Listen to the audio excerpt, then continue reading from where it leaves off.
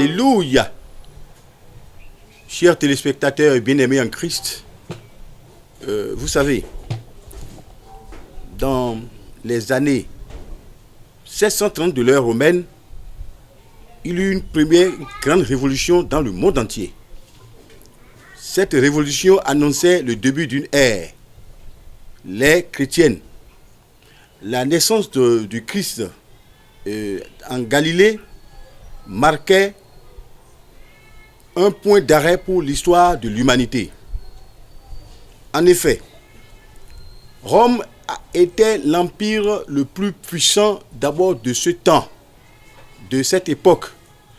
Rome drainait derrière elle une civilisation grandiose, une civilisation notoirement connue de l'humanité entière et crainte.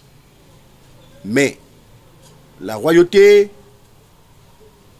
et la notion d'empire de Rome devrait définitivement connaître une chute, et une chute lancinante, graduée. Jésus-Christ devrait naître. C'était prévu dans l'histoire, c'était prévu par la prophétie, c'était prévu depuis d'abord la jeunesse des temps.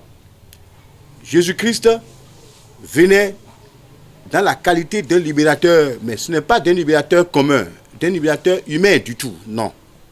Jésus-Christ était venu puisque c'était lui qui sauverait l'humanité entière. La Bible était claire là-dessus parce que déjà dans Ésaïe 66, il était prévu. La lecture d'aujourd'hui, bien sûr, en ces versets 7 et 8, il était déjà prévu que Christ, qu'un enfant naîtrait de manière miraculeuse. Cet enfant naîtrait de la Vierge.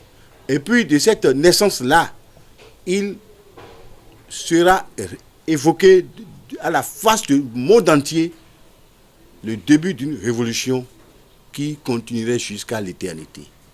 Cette révolution sera portée par Jésus-Christ, le Fils de Marie.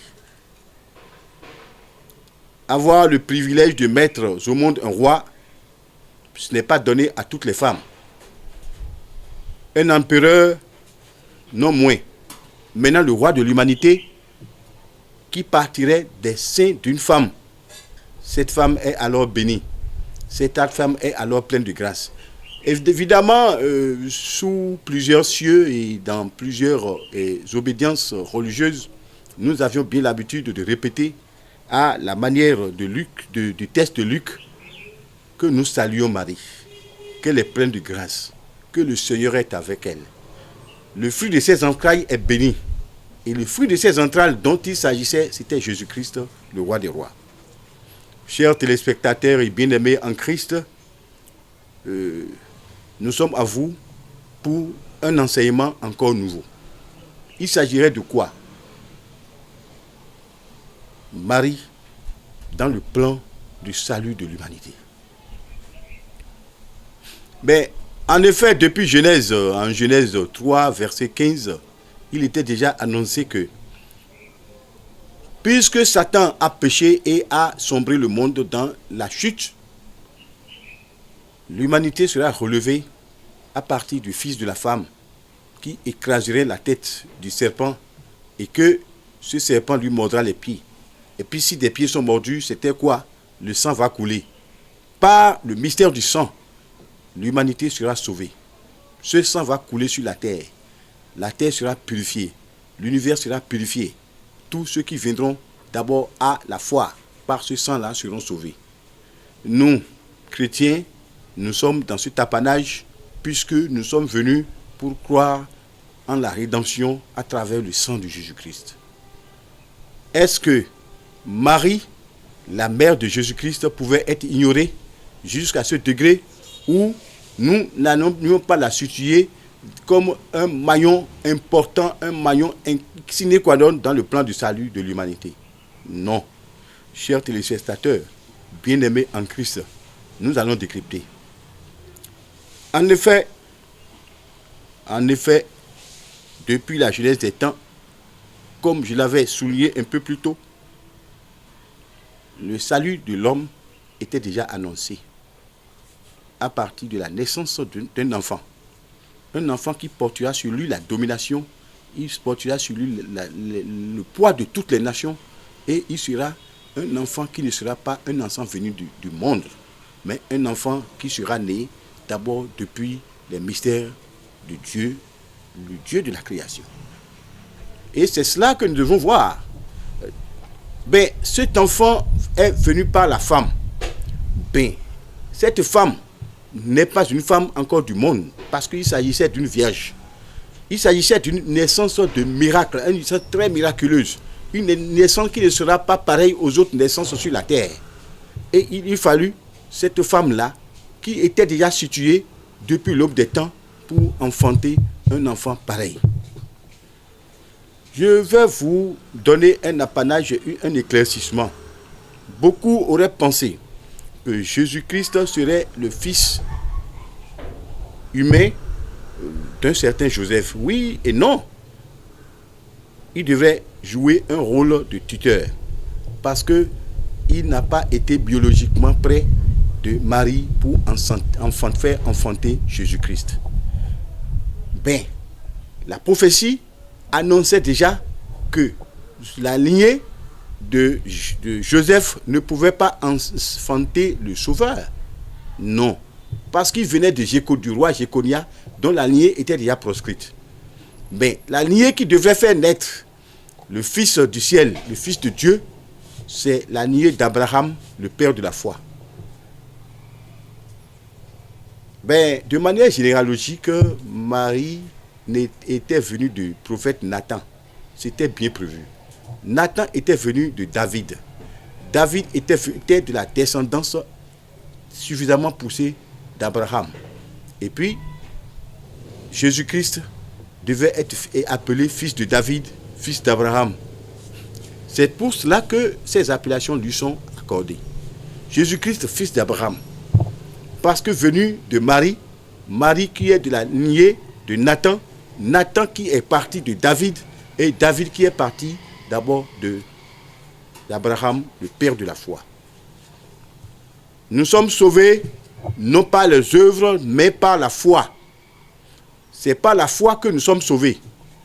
Dans Actes, nous sommes clairs là-dessus. C'est qu'on a dit, crois au Seigneur Jésus-Christ, tu seras sauvé, toi et ta famille. Ben, on n'a pas dit, fais des cérémonies, fais des œuvres, fais des efforts et tu seras sauvé. Non. Aucun effort des hommes ne peut les amener à connaître Dieu et à être accompli par Dieu. Non.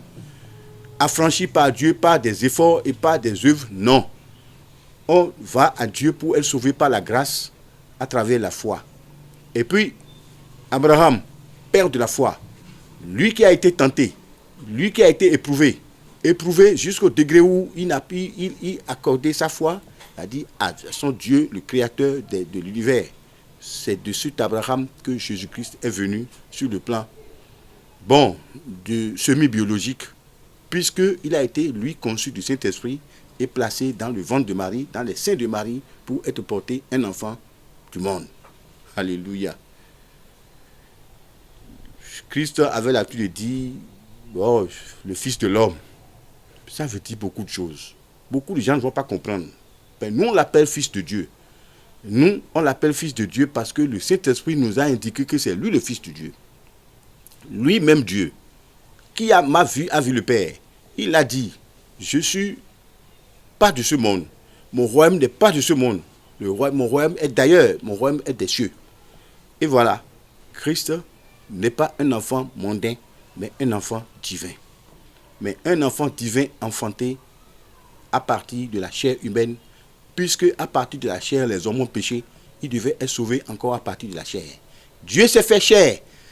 Dieu, l'Esprit de Dieu est devenu chair pour aller vivre, pour aller se faire voir, pour aller se faire révéler à l'humanité, pour pouvoir lui porter le salut à partir de Jésus-Christ, à travers la personne de Jésus-Christ.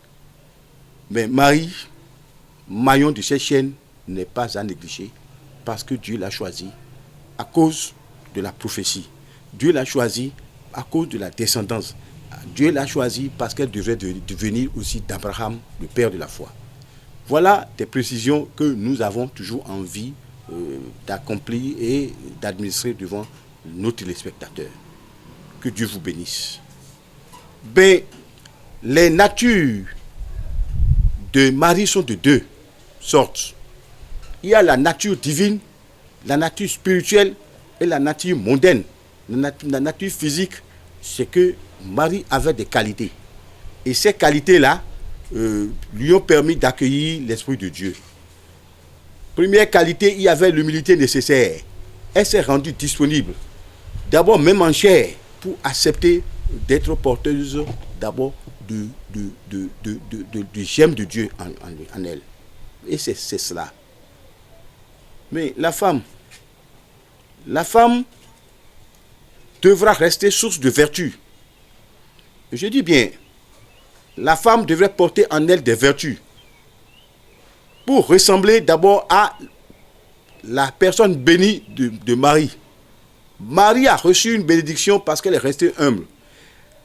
Oui, elle a été désignée par l'Esprit, mais elle-même, sur le plan physique, est restée humble. Elle est restée serviable. Elle est restée non orgueilleuse. Elle n'est pas restée hautaine. Elle est restée disponible pour pouvoir accueillir la visite de Dieu chez elle. Et c'est cela. Bon, si nos amis sont à l'écoute, si nos femmes sont à l'écoute, si nos frères sont à l'écoute, nous devrons rentrer dans cette école-là, l'école de la vertu, la vertu de l'humilité totale. Voilà les attributs de Marie. D'un autre côté, la femme sainte. Mais vous savez, la virginité est une grâce, mais elle l'a portée. Les femmes de ce monde, bon, ce n'est plus, c'est-à-dire la virginité à leurs yeux, c'est un luxe. C'est même un tabou. C'est même dépassé selon certaines convictions. Ben non. C'est-à-dire les convictions qui s'inscrivent dans le plan de Dieu estiment que la virginité est une grâce qui ne vient que de lui. Et quand on a une grâce, on la conserve. Mes soeurs, mes frères, mes soeurs, mes mamans, vraiment, la question de virginité doit être professée dans vos communautés, dans nos communautés, pour que nos enfants soient à l'image de la mère, du Fils de Dieu. Donc, cette virginité est le signe de la sainteté. Est-ce que nos femmes sont restées saintes dans la qualité morale, saintes dans les humeurs, saintes même dans l'église? Oui, on doit se poser la question. C'est-à-dire la sainteté dans l'église, la sainteté vis-à-vis du monde, doivent être les réalités de la femme chrétienne. Mais si ces vertus manquent, ces femmes-là auront de s'appeler chrétiennes. Mais vous savez, dans Proverbe chapitre 14, verset 1, on nous enseigne, c'est-à-dire le roi Salomon nous a enseigné que la femme qui a de la vertu est une couronne sur la tête de son mari. Et oui, la femme doit rester sage, vertueuse, pour être indicable d'abord aux yeux de la maison de Dieu. Et si nous continuons un peu plus dans le Nouveau Testament, dans 1 Timothée chapitre 2, verset 9, on nous a parlé des vertus de la sobriété. Nos femmes, est-ce qu'elles sont restées sobres encore aujourd'hui? Elles veulent tout avoir. Elles veulent avoir les maris les plus riches. Elles veulent avoir toutes les richesses du monde. Elles veulent avoir toutes les parures du monde. Elles veulent avoir tout ce qui est roté dans ce monde. Elles veulent avoir la parole sur les hommes, sur les maris, dans l'église. Or, la Bible est claire là-dessus, que les femmes doivent être soumises au mari. Elles doivent être soumises à l'église. Elles doivent être soumises d'abord à la dignité du Seigneur dans l'église. Ben, est-ce que nous avons encore l'habitude de voir cela? Vous voulez ressembler à Marie, notre maman. Mais d'ailleurs, vous voulez lui ressembler. Oui, mais il y a des conditions pour lui ressembler. La sobriété, il y a une première condition. L'humilité, une autre condition.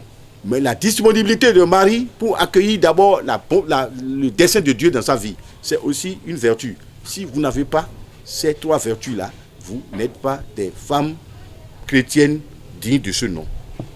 Chers téléspectateurs bien-aimés, dans l'église, la femme aussi a son rôle. La femme est une ouvrière de l'église, mais la femme n'a pas la préséance sur les hommes. Oui, ça c'est une réalité. La femme est une complémentarité d'abord dans l'ordre de l'église. La femme est utile, mais elle doit compléter l'œuvre des hommes. Elle doit être conseillère d'abord aux yeux de Dieu et vis-à-vis des hommes. Elle doit être conseillère d'abord des nouvelles progénitures de l'église. Elle doit être d'abord les personnes qui doivent élever les jeunes et les enfants dans l'église. Les jeunes filles doivent être sur le même pied que leur maman, dans les bonnes vertus que les mamans doivent développer au sein de l'église et au sein de l'humanité. Chers téléspectateurs bien-aimés, ces enseignements sont venus à vous du fait de la bonté de Dieu à travers notre humble personne. Que Dieu vous bénisse abondamment et que le Dieu des cieux soit votre partage de ce jour à l'éternité et au plus haut des cieux, au nom du Seigneur Jésus-Christ. Amen. N'hésitez pas à liker la vidéo si elle vous plaît et si vous êtes nouveau sur la chaîne, n'oubliez pas de vous abonner et d'activer la notification pour ne rater aucune de nos prochaines vidéos. Oshofa Prise TV. Tout pour la gloire de l'Éternel, Dieu d'Oshofa.